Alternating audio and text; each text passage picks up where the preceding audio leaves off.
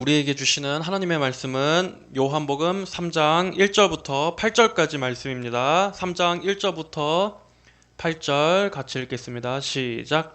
바리새인들 가운데 니고데모라는 이름을 가진 유대인들의 지도자가 있었는데 그가 밤에 예수께 와서 말하기를 랍비님, 저희는 당신이 하나님께로부터 오신 선생님인 줄 압니다.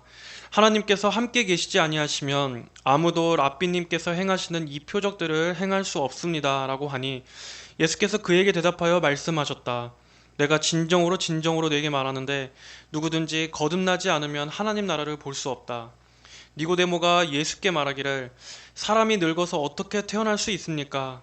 자기 어머니 뱃속에 두 번째 들어갔다가 다시 태어날 수 있습니까? 라고 하였다.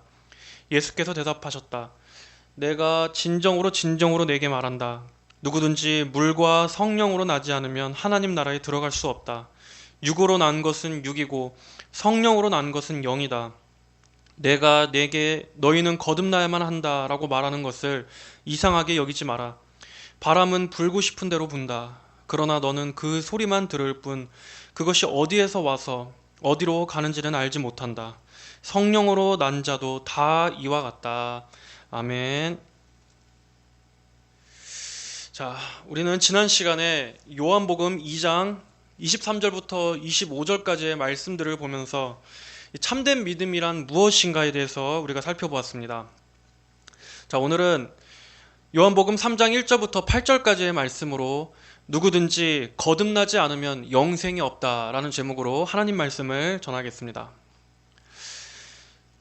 지난 말씀에서 예수님 당시에 많은 이들이 예수님께서 행하신 표적을 보고 믿었지만 예수님께서는 그들의 믿음을 신뢰하지 않으셨다라고 성경은 말씀하고 있습니다.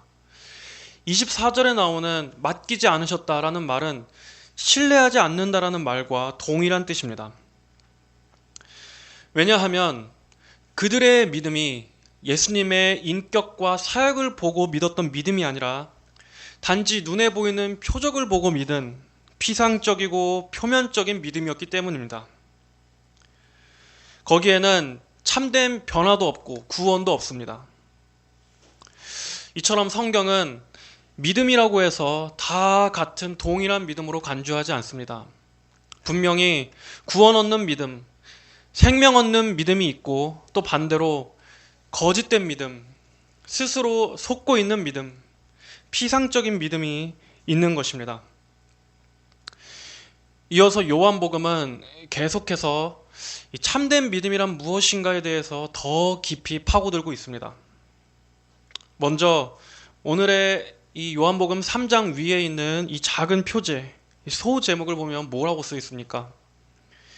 바른 성경 버전에서는 위로부터 태어남이라고 써져 있습니다. 위로부터 태어난다는 것은 무엇입니까? 바로 거듭남, 중생에 관한 것입니다. 지난번에 이 군중들의 피상적인 믿음 뒤에 이어서 오늘의 이 주제가 나오는 것은 성령님의 인도하심 아래 의도적으로 배치된 것입니다. 하나님께서는 구원과 믿음에 대해서 다루시기 전에 먼저 이 거듭남이라는 것에 대해 알기를 원하신 것입니다. 여러분은 이 거듭남의 중요성에 대해서 인식하고 계십니까? 아니, 더 단도직입적으로 여쭙겠습니다. 여러분은 거듭나셨습니까? 물과 성령으로 거듭나셨습니까? 이 거듭남이란 주제는 굉장히 중요한 주제임에도 불구하고 오늘날에는 거듭남이라는 이 거듭남의 필요성에 대해서 이전 세대의 기독교보다 그 관심이 현저하게 떨어진 것 같습니다. 참으로 안타깝게도 강단에서부터 이 거듭남과 중생에 대해서 더 이상 강조되지 않습니다. 지금 시대의 이런 주제는 과격한 주제가 되어버렸습니다. 사람들로 하여금 자신의 영혼에 대해서, 자신의 영혼의 중생 여부에 대해서 진지하게 고민해 보도록 하는 이러한 일들은 영적인 압박을 준다느니 또는 불안감을 조성한다느니 하는 이유로 기피되고 있습니다. 물론 일부 악용하는 자들에 의해서 여러 가지 부작용이 있는 것도 있을 줄로 압니다. 하지만 그렇다고 해서 우리가 오늘의 이 주제에 대해 침묵해서는 안 됩니다. 거듭남에 관해서 가장 노골적이고 단호하게 말씀하신 분이 누구셨습니까? 바로 예수님이셨습니다. 예수님께서는 오늘 본문에서 말씀하신 것처럼 진정으로 누구든지 거듭나지 않으면 하나님 나라를 볼 수 없다. 즉 구원이 없다. 영생이 없다. 천국이 없다라고 단호하게 말씀하셨습니다. 예수님 당신께서 이토록 명확하게 말씀하셨음에도 우리가 이 문제를 소홀하게 여기고 적당히 침묵한다면 어떻게 되겠습니까? 찰스 스펄전 목사님은 거듭남의 필요성에 대해서 설교하는 것은 사탄의 목적에 손상을 가하는 가장 효과적인 방법들 중 하나라고 말했습니다. 마귀는 교회가 스스로 속은 채 잠들어 있기를 바랍니다. 사람들이 자신의 구원에 대해서 참된 회심이 뭔지, 거듭남이 뭔지 전혀 알지도 못하고 관심도 못하고 스스로 되돌아보지도 말고 그런 주제에 대해서 들쑤시지도 말고 그저 교회가 평안하게 거짓된 평안 속에서 다 같이 영적으로 깊은 잠에 빠져 있기를 마귀는 원하는 것입니다. 물론 좋은 게 좋은 거다라고 하면서 거듭남이 없이도 얼마든지 신앙생활할 수 있고 얼마든지 교회 생활할 수 있다고 말한다면 서로가 편할 것입니다. 거기에는 아무런 불쾌감도 없을 것입니다. 하지만 그렇게 가르치는 목회자는 반드시 그 영혼들의 핏값을 주님께서 그에게 물으실 것입니다. 그리고 교인들, 개개인들 역시도 성경에서 이토록 크게 강조하는 이 부분에 대해서 무심했던 그러한 죄들을 하나님의 심판대 앞에서 그들은 결코 핑계댈 수 없을 것입니다. 거듭남은 참으로 중요한 것입니다. 왜냐하면 거듭남은 신앙생활의 그저 하나의 과정이 아니라 신앙의 첫 출발이기 때문입니다. 사람이 태어나야만 울기도 하고 태어나야 걷기도 하고 기고 먹고 뛸 수 있는 것처럼 거듭남 역시도 거듭나야만 믿을 수 있는 것입니다. 거듭남은 믿음보다 앞선 것입니다. 거듭나야지만 믿을 수 있게 되는 것입니다. 태어나야지만 보고 들을 수 있는 것처럼 영혼이 거듭나야지만 그리스도의 영광을 보고 믿을 수 있는 것입니다. 그러므로 아직 거듭나지 않았다는 건 그가 아직 하나님의 백성이 아니라는 뜻입니다. 그는 여전히 육신 아래 있고 여전히 죄 아래 있고 여전히 현재 마귀의 종이며 멸망을 향해 가고 있는 상태라는 뜻입니다. 그러므로 성경에서 성도들에게 해당하는 모든 약속들이 그에게는 해당되지 않습니다. 성경의 모든 축복들은 하나님의 자녀인 성도들에게만 해당하는 약속입니다. 그러므로 거듭나지 않은 자연인 아직 육신에 속한 자에게도 동일하게 주어진 약속이 아니라는 것입니다. 그러므로 거듭나지 않은 채 아무리 교회에 왔다 갔다 한다 할지라도 평생을 신앙생활, 평생을 종교생활 한다 할지라도 그것은 헛수고일 뿐입니다. 그는 반드시 먼저 거듭나야만 합니다.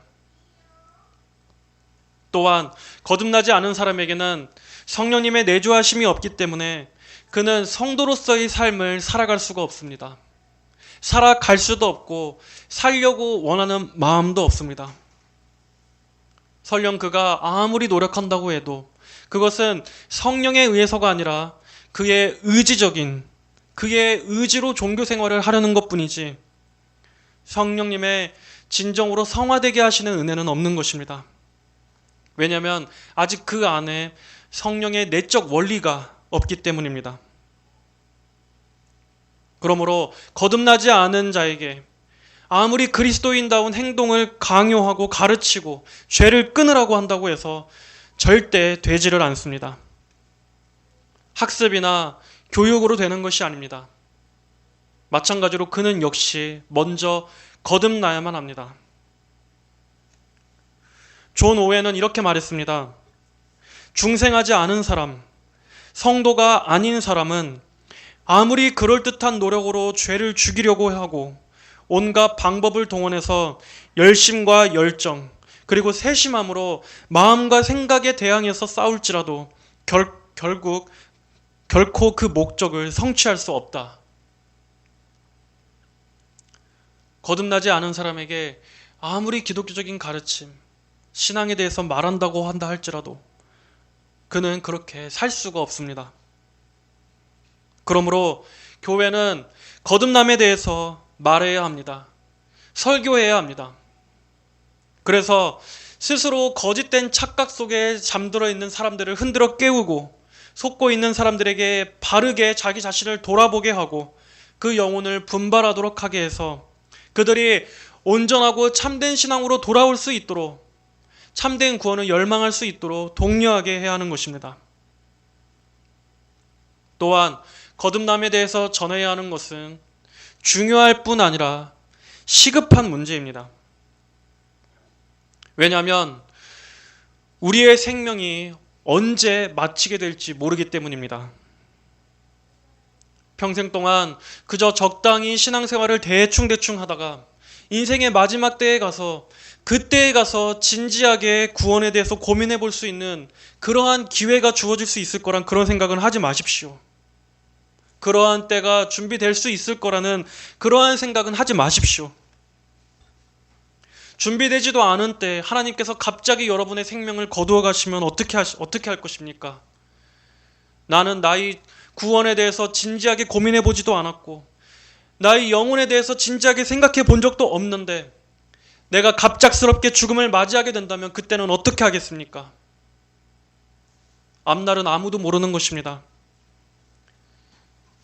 내가 갑작스럽게 내 생명이 끝나게 될 때, 만약 그때 내가 거듭나지 않았다면, 내가 여전히 육신 가운데 있는 상태로 그 상태 그대로 죽음을 맞게 되어 그 상태 그대로 하나님 앞에 서게 된다면, 그리고 나는 살아생전에 한 번도 거듭남에 대해서 들어본 적 없이 죽음을 맞게 된다면 그것은 얼마나 무서운 일이겠습니까? 그것은 얼마나 두렵고 비참한 일이겠습니까? 그러므로 우리는 이러한 중요성과 이러한 시급성 때문이라도 이 문제를 결코 느긋하게 대할 수 없습니다. 성경의 모든 주제들이 다 동일하게 중요한 주제지만 특별히 이 거듭남의 문제는 정말로 지금 크게 외쳐져야 하는 중요한 주제인 것입니다. 자, 오늘 본문의 내용은 우리들이 익히 잘 알고 있는 유명한 본문입니다. 본문에 등장하는 인물은 바리새인이자 유대인들의 지도자인 니고데모입니다. 여러분, 왜 특별히 바리새인 니고데모입니까? 왜 하나님께서는 여기서 불신자를 등장시키시지 않고 어느 누구보다도 종교인인 이 니고데모라는 인물을 등장시키셔서 우리에게 거듭남의 문제를 가르쳐 주시려고 하시는 것입니까? 바로 거듭남은 인간의 종교적 열심과 행위로 되는 것이 아님을 분명하게 보여주시기 위한 것입니다. 가장 종교적인 인물임에도 불구하고 그럼에도 불구하고 여전히 가장 중요한 본질, 이 가장 중요한 영적인 일에는 무지한 이 한 사람을 보여주심으로써 거듭남이라는 것이 어떠한 성격을 가진 것인지를 우리에게 가르쳐 주시려는 것입니다. 1절에서는 이 니고데모가 바리새인이며 유대인들의 지도자라고 말씀하고 있습니다. 니고데모는 산헤드린 공회의 회원이었습니다. 유대 사회에서 종교에 관한 일이나 또 여러 가지 법적인 일들을 판결하는 기구인 이 산헤드린 공회의 회원인 니고데모는 그가 종교적으로나 또는 정치적으로나 아주 높은 권위 또 높은 계급의 신분임을 나타내는 것입니다. 그는 사회적으로도 높은 위신을 갖고 있었고 또 사람들의 많은 존경을 받는 인물입니다. 또한 그는 종교와 관련해서는 아주 빠삭한 지식을 가지고 있는 철저하게 종교적인 환경 속에 사는 인물임을 보여주는 것입니다. 그는 철저하게 율법을 순종하는 도덕적으로나 윤리적으로 흠잡을 데가 없는 바리새인이었습니다. 그는 의를 사모하는 자였습니다. 또한 하나님의 율법을 가르치는 자였습니다. 그는 지도자였습니다. 그러한 자들 중에서도 그는 지도자급이었으니 얼마나 뛰어나게 높은 사람이었겠습니까? 그는 모든 면에 있어서 탁월한 사람이었습니다. 오늘날의 우리들과는 비교할 수도 없을 정도로 훨씬 더 도덕적으로 훌륭하고 종교적 의무에 충성된 사람이었습니다. 하지만 성경은 바로 그토록 종교적인 인물을 표본으로 해서 거듭남이란 종교 밖에 있는 사람들이 아니라 그러한 사람들뿐 아니라 바로 종교 안에 있는 사람들, 기독교 안에 있는 사람들, 바로 오늘날 교회 안에 있는 사람들에게도 반드시 필요하다라는 것을 더욱더 강조하고 있는 것입니다. 성경은 그가 예수님을 방문한 때를 디테일하게 기록하고 있습니다. 그가 예수님을 찾아봤던 때는 언제였습니까? 그는 밤중에 예수님을 찾아갔습니까? 왜 특별히 밤중에 예수님을 찾아왔다고 말하고 있습니까? 아마 그가 사람들의 눈에 띄지 않는 야심한 밤을 틈타서 예수님과 조용히 진지하게 대화를 나눠보고 싶었을 수도 있습니다. 아니면 한밤중에 그 누구도 알지 못하는 마음의 깊은 근심과 고민 때문에 예수님을 찾아갔던 걸지도 모릅니다. 성경에서는 이 보통 밤이라는 것을 말할 때 밤은 영적인 무지와 또 영적인 어둠을 상징합니다. 니고데모가 밤중에 예수님을 찾아갔다라는 것은 어둠 속에 있던 한 영혼이 빛이신 주님을 찾아 나선 것이다 라고 볼 수도 있을 것입니다. 2절은 이렇게 말씀합니다.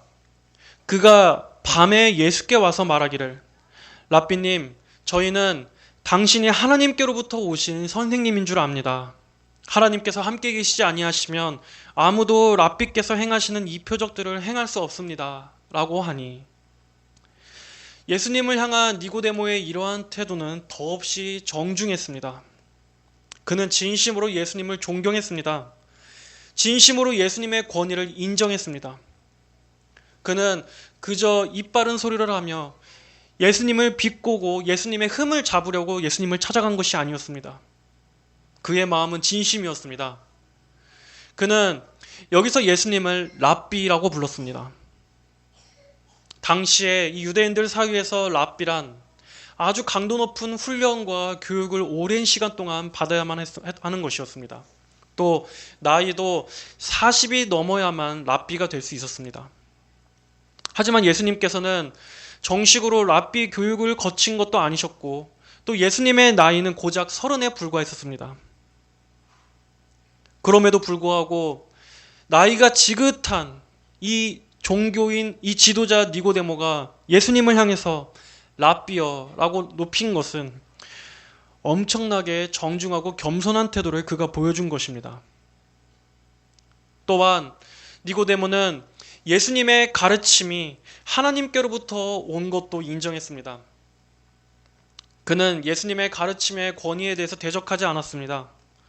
그리고 또한 예수님께서 행하신 그 표적들의 출처도 엄연히 하나님께로부터 온 하나님께서 인정하신 분이라는 것도 니고데모는 고백했습니다. 이렇게 표면적인 것만 보면 니고데모는 누가 듣더라도 흡족할 만한 공경과 존경의 태도를 보였다고 말할 수 있습니다. 그러나 딱 여기까지가 니고데모의 한계였습니다. 니고데모에게 있어서 예수님은 그저 뛰어난 선생일 뿐, 존경할 만한 윤리적인 스승일 뿐, 구세주로서의 예수님은 보지 못했던 것입니다. 그만큼 니고데모는 죄와 허물로 그의 영혼이 죽어 있어서 하나님의 아들이신 예수 그리스도, 바로 그분의 영광은 볼 수가 없었던 것입니다. 이처럼 세상도 얼마든지 예수님을 칭송할 수는 있습니다. 예수 그리스도에 대해서 그는 기독교라는 종교의 창시자요, 훌륭한 인류애를 보여주신 분이시고 또 몸소 사랑을 실천하신 분으로서 도덕적이고 윤리적인 스승, 또 본받을 만한 부분이 많은 성인이라고 이렇게 얼마든지 좋게 평가할 수는 있습니다. 하지만 그것으로 끝입니까? 정말 예수님께서 그러한 분이십니까? 그것으로 예수님에 대한 설명은 다입니까?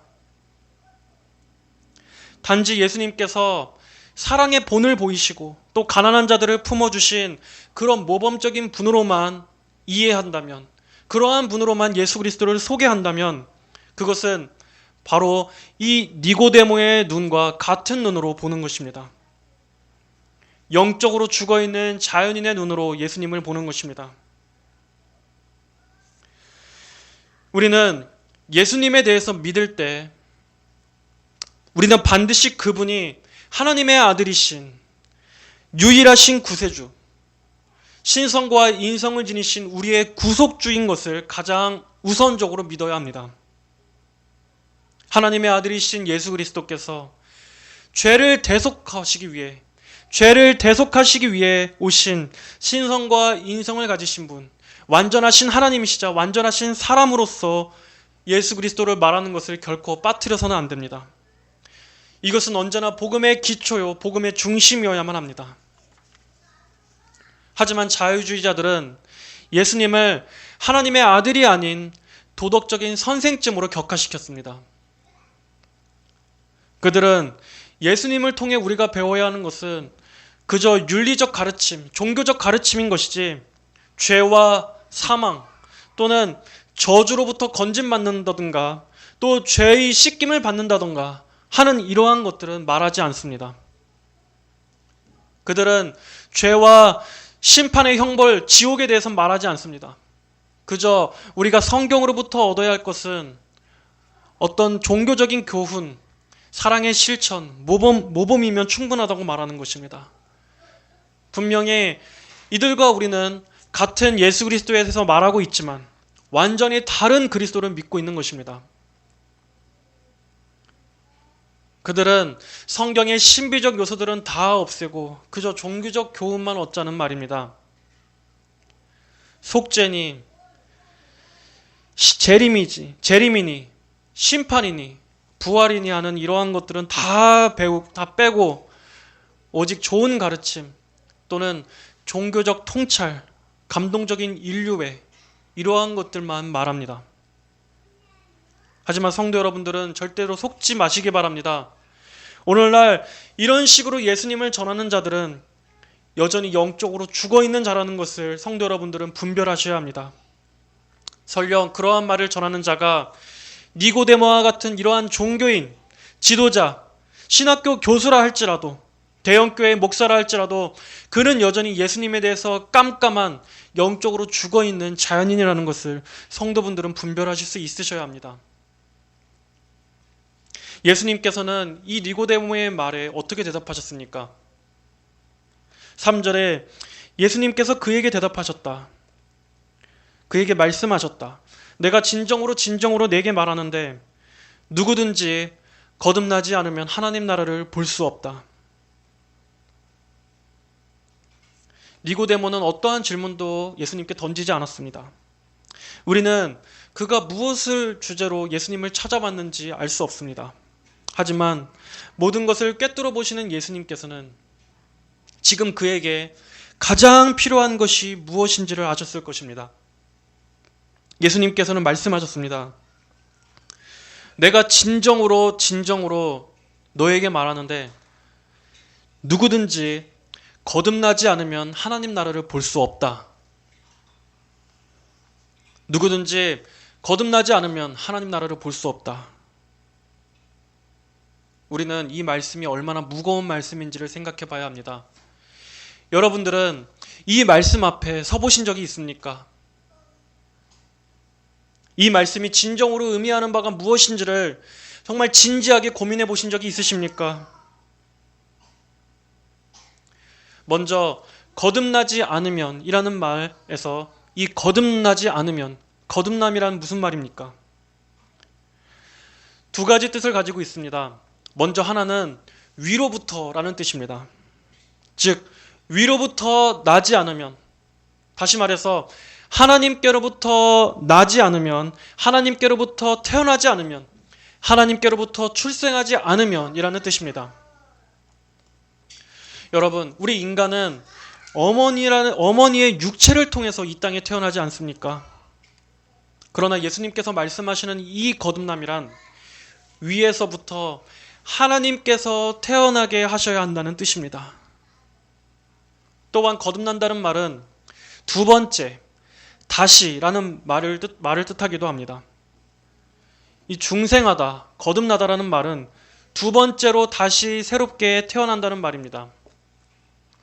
예수님께서 말씀하신 거듭남이란 하나님께서 위에서 주시는 생명으로, 의찬아 건들면 안 돼. 예수님께서 말씀하신 이 거듭남이란 하나님께서 위에서부터 주시는 생명으로 영혼을 다시 새롭게 태어나게 하신다라는 뜻입니다.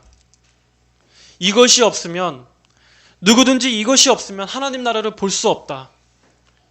즉 천국이 없다, 구원이 없다, 영생이 없다라는 말입니다. 하나님 나라를 볼 수 없다. 당시 유대인들은 아주 극악무도한 죄인이나 또는 배교자가 아니라면 누구나 유대인이라면 당연히 하나님 나라를 볼 수 있을 거라고, 하나님 나라에 들어갈 수 있을 거라 생각했습니다. 그들이 생각하는 하나님 나라는 하나님의 통치가 이루어지는, 하나님의 통치가 실현되는 그러한 이스라엘의 정치적인 나라, 완성된 하나님 나라를 뜻하는 것이었습니다. 그러나 예수님께서는 아무리 종교적인 지도자고 또 사람들로 하여금 존경을 받는 종교적인 위치에 있는 자라 할지라도 그가 거듭나지 않으면, 하나님께로부터 그 영혼이 다시 새롭게 태어나지 않으면 천국에 갈 수 없다라고 말씀하신 것입니다. 만약 여러분이 이 니고데모였다면 여러분은 이 말씀을 어떻게 받아들이셨겠습니까? 아마 무슨 말인지 이해가 되지 않거나 아니면 굉장히 불쾌했을 것입니다. 4절을 보면 니고데모의 반응이 나옵니다. 니고데모는 예수님의 이 말을 이해할 수 없었습니다. 니고데모가 예수께 말하기를, 사람이 늙어서 어떻게 태어날 수 있습니까? 자기 어머니 뱃속에 두 번째 들어갔다가 태어날 수 있습니까? 우리는 니고데모의 이러한 질문을 통해서 그가 유대교회의 지도자임에도 불구하고 그가 이렇게 영적이고 신령한 일들에 있어서는 얼마나 무지한지를 볼 수 있습니다. 그는 영적으로 다시 태어나야 한다라는 예수님의 이 말씀을 전혀 이해하지 못하고 있습니다. 그래서 그는 고작 다시 어머니 뱃속에 들어갔다 나와야 하냐는 이러한 수준의 질문만 던질 수밖에 없는 것입니다. 여러분, 그렇습니다. 이처럼 영적으로 죽어있는 자연인에게는 영적인 이해력이 없습니다. 그가 아무리 세상적으로 뛰어난 지성의 소유자라 할지라도 하나님의 진리는 인간의 육신적인 지각으로는 온전히 알 수 없는 것입니다. 그는 영적인 원리에 대해서 알지 못합니다. 하나님의 일들에 대해서 알고 깨달을 수 있는 영적인 지각이 그에게는 없습니다. 이것이 바로 죄의 결과입니다. 죄가 하나님에 대해서 죽게 만들어서 하나님의 말씀에 대해서 이해도 하지 못하게 하고 또 영적으로도 눈이 감기게 만들어 버린 것입니다. 이것이 죄로 죽은 인간의 비참한 상태입니다. 왜 사람들이 하나님의 말씀을 이해할 수 없습니까? 왜 사람들이 하나님의 말씀만 들으면 졸려합니까? 왜 성경의 진리들을 거부하고 그것들을 미련하다고 여깁니까? 그것은 하나님 말씀에 대한 영적인 이해력이 없기 때문입니다. 인간이 영적으로 죽어 있기 때문에 반응할 수가 없는 것입니다. 하나님께서 죽은 영혼을 살리시고 성령을 통해서 그 영혼에 밝히 빛을 비춰주시기 전까지는 죄로 죽은 인간은 결코 하나님의 진리를 이해할 수 없습니다. 믿을 수도 없습니다. 그는 받아들일 수도 없습니다. 죄와 마귀가 그 영혼을 사로잡고 있고 그 영혼의 눈을 가리고 있고 그 영혼이 죽어버린 것, 이처럼 거듭나지 않은 자연인은 진리에 대해서 완전히 어두워져 있는 상태입니다. 그래서 고린도전서 2장 14절에서도 이렇게 말씀하는 것입니다. 육에 속한 사람은 하나님의 영에 속한 것들을 받아들이지 않는다. 그것들이 그에게는 어리석은 것이며 이해할 수도 없으니 영적으로만 분별되기 때문입니다. 물론 하나님의 말씀 중에는 어렵고 심오하고 또 깊은 것들이 있습니다. 하지만 그럼에도 불구하고 성령의 조명하심 가운데 중요한 진리들은 의찬이 들어가 성경의 조명하심이 비춰준다면 성경의 그 심오한 진리들이라 할지라도 우리가 대부분 이해할 수 있고 믿어질 수 있게 해주십니다. 그러므로 사람이 믿지 않고 이해할 수 없는 것은 그가 영적으로 죽어있기 때문입니다. 하나님에 대해서 철저하게 죽어있기 때문입니다.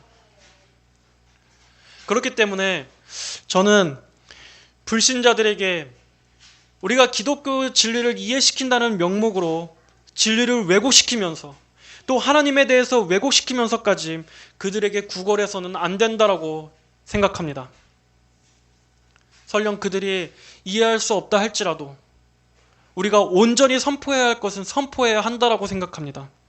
왜냐하면 그들이 듣지 않고 이해할 수 없는 것이 성경의 문제가 아니라 단순히 말씀의 문제가 아니라 그들의 영혼이 죽어있기 때문에 그것이 바로 근본적인 원인이기 때문입니다. 그러므로 우리가 진리를 굽히면서까지 그들의 그 지성에 깨닫게 하기 위해서 하나님의 말씀을 왜곡시키거나 변질시켜서는 절대로 안 됩니다. 하나님 말씀을 있는 그대로 전하되 성령님께서 그들의 귀를 열어주시고 그들의 영혼을 깨어나게 해주시기를 구해야 합니다. 하나님께서 깨닫게 해주시면 죽은 자라도 그가 영혼이 깨어나서 하나님께서 그 영혼을 살리셔서 그로 하여금 듣게 하실 줄 저는 믿습니다. 어쨌든 이 니고데모는 거듭남에 대해서 전혀 알지를 못했습니다.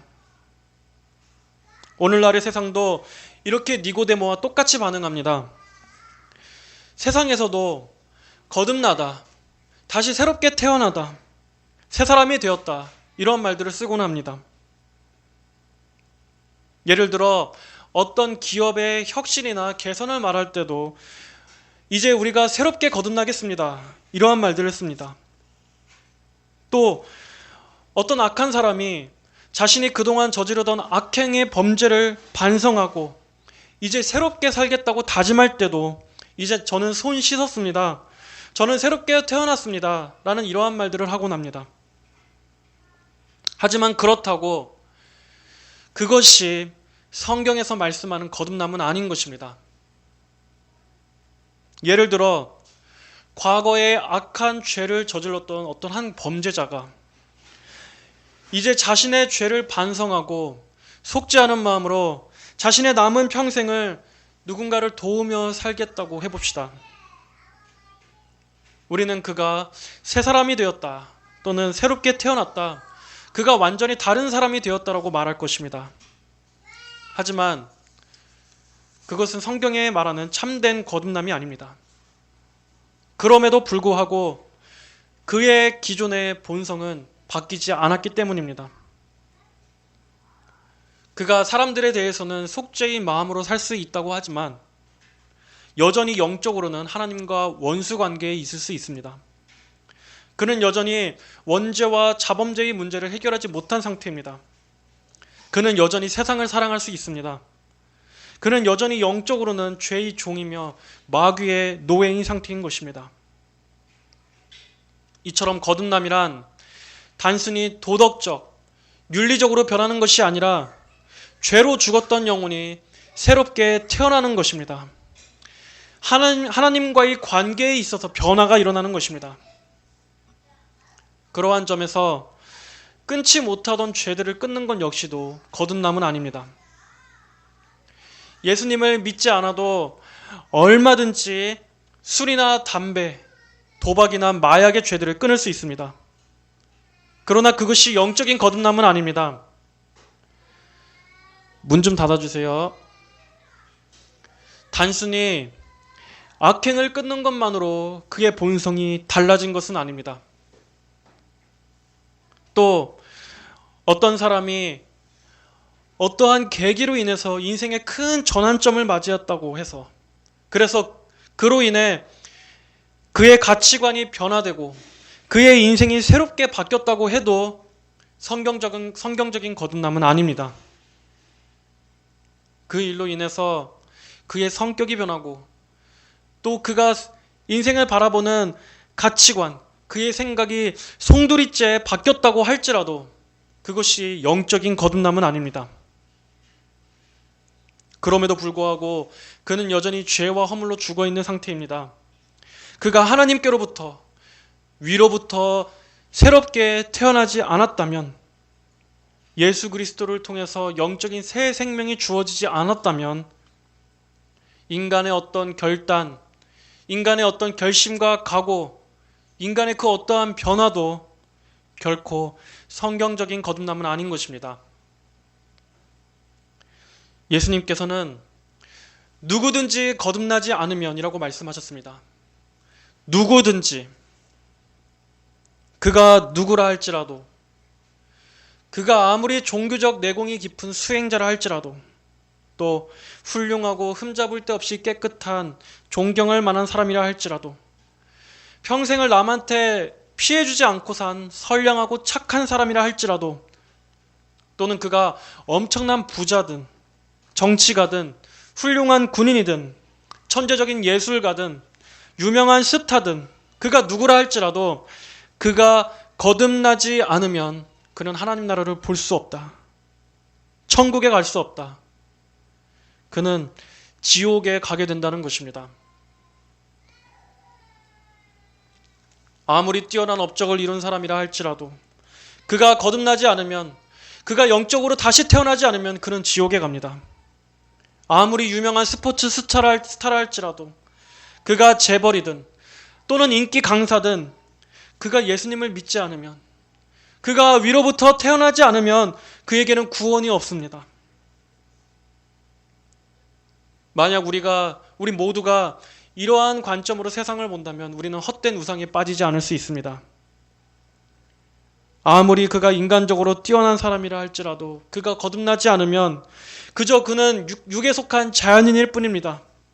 여전히 하나님께 죽어있는 죄인일 뿐입니다. 우리는 그 사람을 대단할 것도 없고 부러워할 것도 없습니다. 오히려 그는 불쌍한 사람입니다. 구원이 필요한 사람입니다. 그 영혼을 위해서 기도해야 할 사람인 것입니다. 그리고 이 누구든지 라는 이 말 안에는 교회 안에 있는 사람들까지도 모두 포함하는 것입니다. 니고데모가 유대인의 종교 지도자였다는 것을 기억하십시오. 그가 누구보다도 종교적인 사람이었다는 것을 기억하십시오. 그는 종교적이었으나 하나님 나라와는 먼 사람이었습니다. 그는 거듭남에 대해서 전혀 알지 못했습니다. 이 말은 거듭나지 않았더라도 얼마든지 예배를 드리고 또 기독교적 지식을 가질 수 있고 성경을 알 수 있고 기도에 관한 의무들을 행하고 익숙할 수 있다는 것을 보여주는 것입니다. 거듭나지 않고도 말입니다. 교회 밖이 아니라 바로 교회 안에도 거듭나야 할 사람들이 많다는 것입니다. 누구든지 거듭나지 않고서는 천국에 갈 수 없습니다. 거듭남은 결코 세상이 이해할 수 없는 놀라운 신비입니다. 마틴 로이드 존스 목사님께서는 죄인의 영혼이 변화되는 이 거듭남이야말로 이 우주에서 가장 위대한 변화라고, 가장 위대한 신비라고 말했습니다.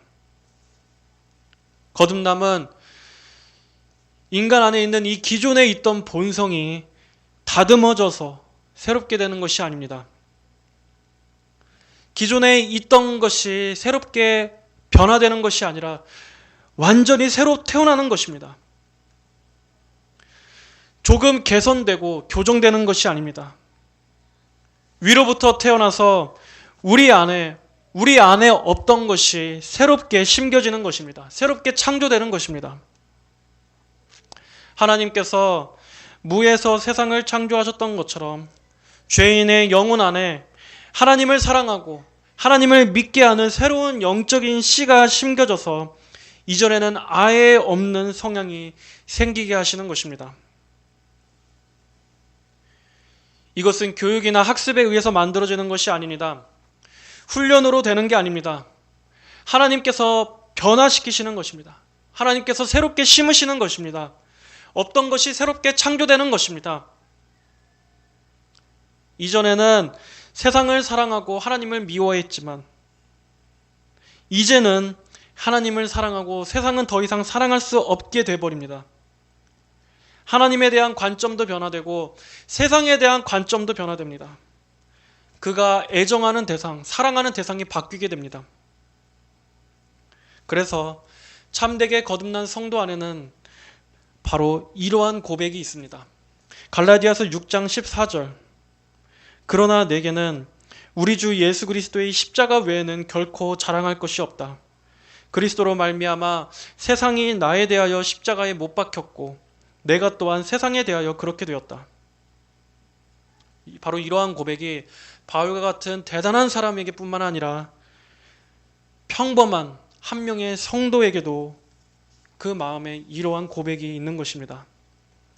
물론 때때로 세상의 유혹과 또 죄로 인해서 넘어질 때가 있습니다.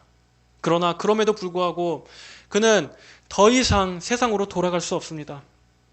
하나님께서 참되게 거듭나게 하시면 하나님의 생명이 그 안에 있고 또 그 안에 성령님께서 내주하시기 때문에 그는 더 이상 이전과 같이 멸망을 향해 달려갈 수 없습니다. 그 안에 그렇게 할 수 없는 본성이 심겨지기 때문입니다. 이처럼 거듭남이란 신비한 하나님의 역사입니다. 그 어떤 이 세상의 비유로도 이 거듭남에 대해서 제대로 설명할 수는 없습니다. 또한 우리가 예수님의 이 말씀을 보면 여기서 예수님께서는 어떤 행위를 조건으로 말씀하신 게 단 한 가지도 없다는 것을 알 수 있습니다. 예수님께서 하신 말씀은 오직 그저 거듭나야 한다라는 말씀뿐이셨습니다. 하지만 그렇기 때문에 어떤 면에서는 더 당혹스럽습니다. 예를 들어 만약 누군가가 질문을 한다고 쳐봅시다. 사람이 어떻게 해야 구원을 받을 수 있습니까? 만약 누가 이렇게 물어본다면 우리 인간의 생각으로는 어떤 대답이 듣기에 명쾌합니까? 예를 들면 딱 명확하게 산에 들어가서 40일 금식 기도를 하십시오. 아니면 모든 번뇌를 끊기 위해서 만배 정진을 하십시오. 이렇게 딱 구체적이고 명확한 방법을 알려주면 얼마나 좋겠습니까? 그렇게 구원을 받기 위해서는 무엇을 행해야 한다라고 말하는 것이 우리 인간의 본성에는 맞아 보입니다. 그러나 여기 예수님께서 말씀하신 이러한 대답에는 우리의 노력이 개입할 여지가 전혀 보이지를 않습니다. 인간의 본성이 원하는 대답이 아닙니다. 인간의 의지로는 결코 거듭날 수가 없습니다. 인간의 노력으로는 하나님께로부터 영적 생명을 얻어낼 수 없습니다. 이것은 구원이 전적으로 하나님의 주권과 은혜에 속한 것임을 말씀해 주는 것입니다. 하나님 편에서 인간을 살리시고 빛을 비추어 주셔야만 하나님 편에서 우리를 건져 주시고 인간은 오로지 그 건짐을 은혜로 선물로 받는 것뿐입니다. 이것이 성경적인 구원입니다. 이 세상의 종교들은 다 자기가 스스로 거듭나려고 하는 종교입니다. 스스로 깨달으려고 하고 스스로 도달하려고 하고, 하지만 그것은 절대적으로 무력합니다. 그것은 결국 분명히 실패할 것입니다. 하나님께서 위로부터 거듭나게 해주시지 않으신다면 인간은 결코 그 죽음의 상태에서 스스로 소생될 수 없습니다. 5절의 말씀에서 예수님께서는 다시 한번 말씀하십니다. 내가 진정으로 내게 말한다. 누구든지 물과 성령으로 거듭나지 않으면 하나님 나라에 들어갈 수 없다. 예수님께서는 물과 성령으로 거듭나야 한다라고 말씀하십니다. 여기서 물이란 무엇을 뜻합니까? 만약 이 물을 세례로 생각한다면, 즉 세례와 성령으로 거듭나야 한다라고 이해할 경우에는 우리는 세례 자체가 거듭나게 만드는 무슨 효력이 있는 것처럼 생각하게 될 것입니다. 하지만 만약 그렇게 믿는다면 그것은 로마 카톨릭의 주장을 따르는 것이 됩니다. 로마 카톨릭은 세례를 받을 때 그때 사람의 원죄가 없어지고 중생한다고 주장합니다. 그렇기 때문에 그들은 세례를 받지 않고 죽은 사람이나 세례를 받지 않고 죽은 어린아이들은 결코 구원받지 못한다라고 말합니다. 하지만 그것은 이단입니다. 세례를 받고 중생하는 성도가 세례를 받고서 중생하는 것이 아니라 중생한 성도가 세례를 통해서 자신의 신앙을 공적으로 고백하는 것입니다. 세례에는 사람을 거듭나게 하는 그러한 능력이 없습니다. 만약 세례 자체가 사람을 중생하게 한다면 교회 안에 세례를 받은 모든 사람들은 다 거듭난 사람이었을 것입니다. 여기서 말씀하는 물이란 세례가 아니라 죄사함을 받아서 정결케 된다라는 것을 말하는 것입니다. 궁극적으로 예수님의 십자가 보혈, 그 십자가의 피로 죄 씻김 받아서 그가 깨끗해진다, 그가 정결하게 된다라는 것을 말씀하는 것입니다. 예수님께서는 구약을 잘 알고 있는 니고데모에게 바로 이 구약의 에스겔 36장 25절, 26절에 나오는 그 말씀을 떠올리게끔 해서 거듭남을 설명하시고 계신 것입니다. 에스겔 36장 25절, 26절을 보면 거기에는 너희에게 정결한 물을 뿌려서 너희가 깨끗하게 될 것이다. 그리고 너희에게 새 마음을 주고 새 영을 주겠다라고 말씀하시는 구절이 있습니다. 바로 이 말씀처럼 예수님께서는 그리스도의 속죄 사역을 믿음으로 말미암아 그 영혼이 죄 사함을 받아서 깨끗하게 씻겨지고 또 성령을 통해서 새로운 본성이 심겨져야만, 그렇게 심겨지는 일이 없으면 하나님 나라에 들어갈 수 없다라고 다시 한번 강조하시고 계신 것입니다. 예수님께서는 이어서 말씀하십니다. 육으로 난 것은 육이고 성령으로 난 것은 영이다. 내가 내게 너희는 거듭나야만 한다라고 말한 것을 이상하게 여기지 마라. 너희는 거듭나야 한다라는 말한 것을 이상하게 여기지 마라. 오늘의 이 말씀은 다른 누군가에게 말씀하는 것이 아닙니다. 성경의 어떤 인물, 또 제3자 어떤 누군가를 향한 말씀이 아닙니다. 너희는 거듭나야만 한다라고 말한 것을 이상하게 여기지 마라. 바로 우리들, 나 자신에 관해 질문해야 합니다. 여러분 자신에게 질문해 보십시오. 나는 거듭났는가?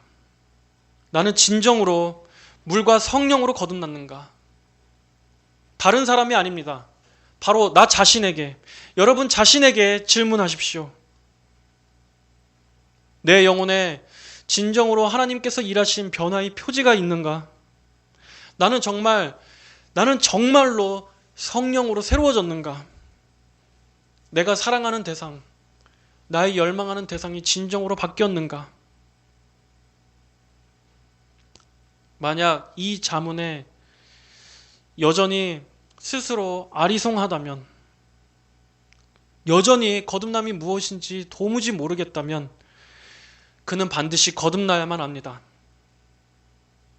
거듭나야라는 한다는 이 말이 이상하게 여겨집니까? 여전히 이 말이 무슨 뜻인지 이해할 수 없습니까? 그렇다면 당신은 반드시 거듭나야만 합니다. 이 거듭남을 이해할 수 없다는 것은 아직 그 거듭남을 경험해 보지 못했다는 것입니다. 분명히 이 거듭남은 개인적인 체험의 영역입니다. 분명히 사람 안에서 일어나는 변화입니다. 이것은 단순히 이론이나 관념이 아닙니다. 믿음이 아닙니다. 실제입니다. 물론 그렇다고 해서 내 안에 어떤 강력한 체험, 어떤 강력하고 강렬한 일이 있어야만 한다는 것은 아닙니다. 그러나 그럼에도 불구하고 분명히 변화가 일어나는 일입니다. 자, 8절의 말씀을 보십시오. 8절에 바람은 불고 싶은 대로 분다. 그러나 너는 그 소리만 들을 뿐 그것이 어디에서 와서 어디로 가는지 알지 못한다. 성령으로 난 자도 다 이와 같다. 여기서 성령을 바람에 비유하고 있습니다. 우리는 이 말씀처럼 우리 안에서 어떠한 일이 일어나는지는 다 알 수 없습니다. 내가 언제 어떻게 거듭났고 또 내가 내 안에 있는 어떤 일들을 통해서 어떠한 순서로 변화가 진행되었는지 우리 자신은 자각하지 못할 수도 있습니다.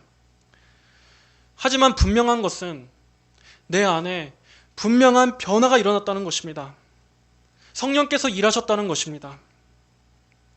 어떻게 과거에 그토록 하나님께 대해서 강팍했던 이 마음이 지금은 하나님 앞에서 어떻게 이렇게 녹을 수 있게 되었는지, 하나님의 은혜 앞에 내가 어떻게 굴복하게 될 수 있었는지, 내가 그전에는 전혀 알 수 없었던 그 십자가를 이제는 그 십자가를 통해서 하나님의 그 크신 구원의 은혜와 사랑을 보게 될 수 있었는지, 비록 나는 하나하나 다 알 수 없지만 그럼에도 중요한 것은 내가 바뀌었다는 것입니다.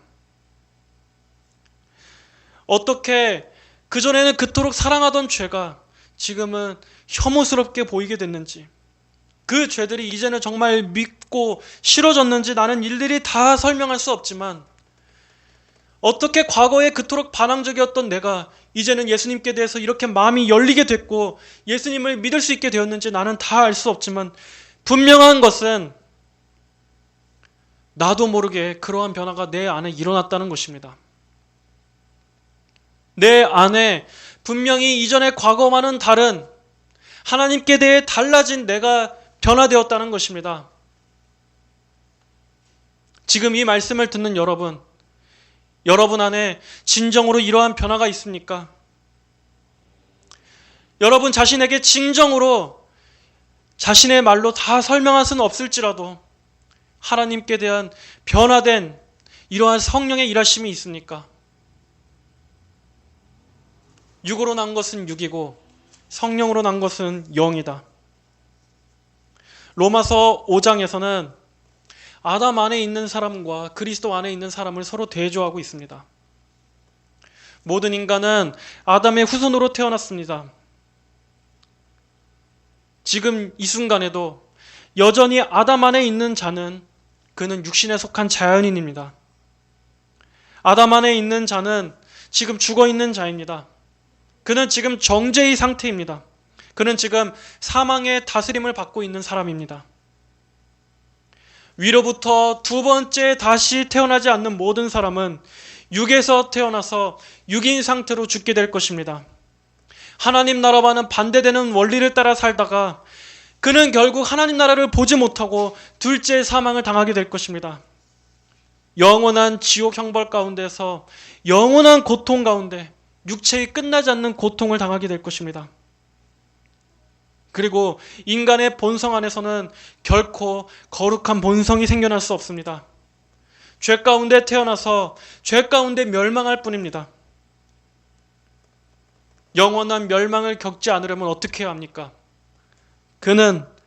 그의 영혼은 살리심을 받아야 합니다. 하나님께서 사람을 창조하실 때 아담의 코에 생기를 불어넣어 주셨던 하나님께서 성령을 통해서 죄로 죽은 그 영혼에게 다시 한번 그에게 생기를 불어넣어 주셔서 그를 죄와 사망에서 건져내 주셔야만 합니다. 죽은 영혼을 살려 주셔야만 합니다.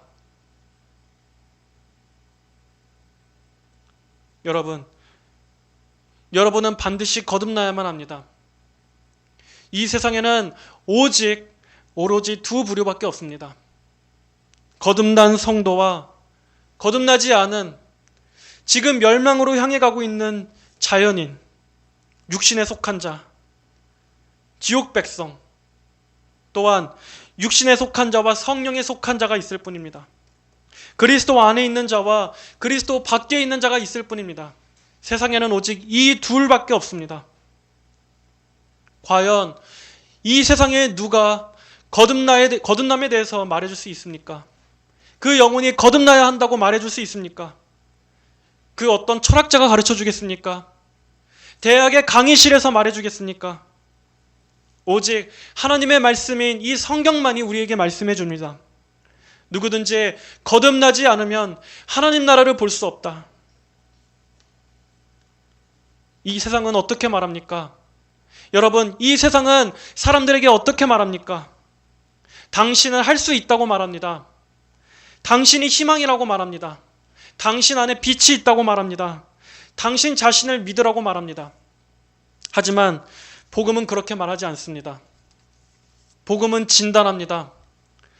당신은 진정으로 영적으로 새로 태어났습니까? 당신은 성령으로 새 본성이 심겨졌습니까? 거듭나지 않는다면 그는 멸망합니다. 그는 영적으로 새롭게 태어나지 않는다면 지옥에 갑니다. 교회 안에 있어도 평생을 신앙생활한다 할지라도 그에게는 구원이 없습니다. 그가 거듭나지 않는다면 말입니다. 복음은 우리 인간의 의로는 결코 구원받을 수 없다고 말합니다. 복음은 분명하게 선언합니다. 거듭남에 있어서 당신은 영적으로 죽어서 철저히 아무것도 할 수 없는 존재라고 말합니다. 구원에 있어서 인간의 모든 공로와 노력은 아무 쓸모가 없다고 말합니다. 자기의 의로는 결코 자신을 구원할 수 없다고 말합니다. 그리고 이것이 사람을 불쾌하게 만들고 거북하게 만듭니다. 복음은 이처럼 인간의 의를 철저하게 무너뜨리고 인간이 자기 안에 소망을 갖고 있는 근거를 철저히 절망하도록 만듭니다. 왜냐하면 그래야만 오직 그리스도의 의만을 의지하여 나오기 때문입니다.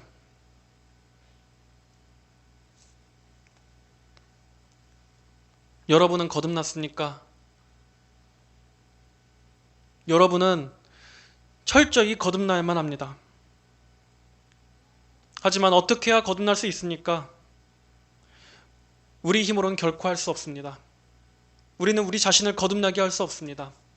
그러나 하나님의 은혜는 이 일을 하십니다. 여러분 자신의 의는 철저하게 버리십시오. 죄인에게 있어서 하나님 앞에 갖고 나올 수 있는 것은 아무것도 없습니다. 여러분이 하나님의 의의 심판대에서 준비해야 할 모든 것들은 바로 예수님께서 대신 다 성취하셨습니다. 여러분의 할 일이란 그저 이 예수 그리스도를 믿고 전적으로 그분을 의지하는 것입니다. 여러분 자신의 거룩함, 여러분 자신의 도덕적인 선함으로 나아오려고 하지 마십시오.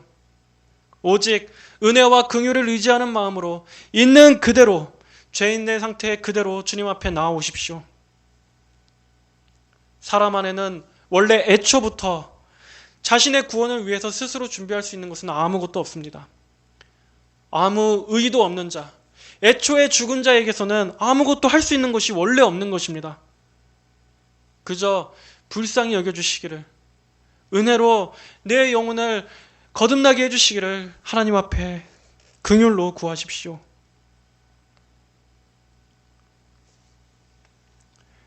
그러나 아무런 열망도 없는 사람에게 있어서 하나님께서 그에게 갑자기 은혜를 베푸시는 법은 없습니다. 중생은 하나님의 전적인 주권이지만 하나님의 은혜를 간절히 갈망하는 자에게, 이 위로부터의 생명을 간절히 구하는 자에게 하나님께서 은혜를 베풀어 주십니다. 여러분 간절히 구원을 열망하시기 바랍니다. 여러분의 거듭남을 간절히 갈망하시기 바랍니다. 모든 것이 하나님의 전적인 주권에 있음을 믿고 그 하나님께 간절히 의지하시기 바랍니다. 그리고 예수님께 여러분 자신을 의탁하십시오. 여러분 자신이 아니라 예수님이 여러분의 구원이시고 예수님, 그분께서 여러분의 소망이십니다. 하나님께서 오늘 이 말씀을 듣는 모든 분들에게 은혜를 주셔서 바로 이 인간의 방식과는 다른 이 하나님의 구원의 방식, 그리스도로 말미암은 이 전적인 구원에 여러분 자신을 온전히 전부 의탁하게 되시는 은혜가 있기를 주님의 이름으로 축복합니다. 다 함께 기도하겠습니다. 하나님 아버지 감사합니다. 오늘은 이 성경에서 분명히 증거하고 있는 이 거듭남, 이 중생에 대해서 우리가 살펴보았습니다. 하나님 아버지, 아무도 누구든지 거듭나지 않으면 하나님 나라를 볼 수 없다고 하였습니다. 아버지, 이것은 참으로 중요하고 무거운 주제입니다. 오늘날의 교회 안에서도 이러한 말씀이 진정으로 외쳐질 수 있도록 하나님 은혜를 베풀어 주시옵소서. 그리하여 정말 많은 잠자고 있는 영혼들, 죽어있고 또 스스로 거짓된 평강 가운데 속고 있는 영혼들을 각성케 하시고 또 그들이 깨어나게 하셔서 자신의 영혼을 진정으로 돌아보게 하여 주시고 정말 그리스도로 말미암은 참된 구원으로 열망할 수 있도록 하나님 은혜를 베풀어 주시옵소서. 교회 안에 오늘도 이러한 거듭남의 역사가 가득가득 넘칠 수 있게 하여 주시옵소서. 그리하여 정말 교회 안에 깨어있는 자들이 가득하게 하여 주시고 그로 말미암아 정말 교회가 더욱더 순결하고 더욱더 영적이고 신령한 기관으로 하나님께 영광 올려드릴 수 있도록 그러한 은혜를 베풀어 주시옵소서. 감사드리며 살아계신 우리 주 예수 그리스도의 이름으로 기도하였습니다. 아멘.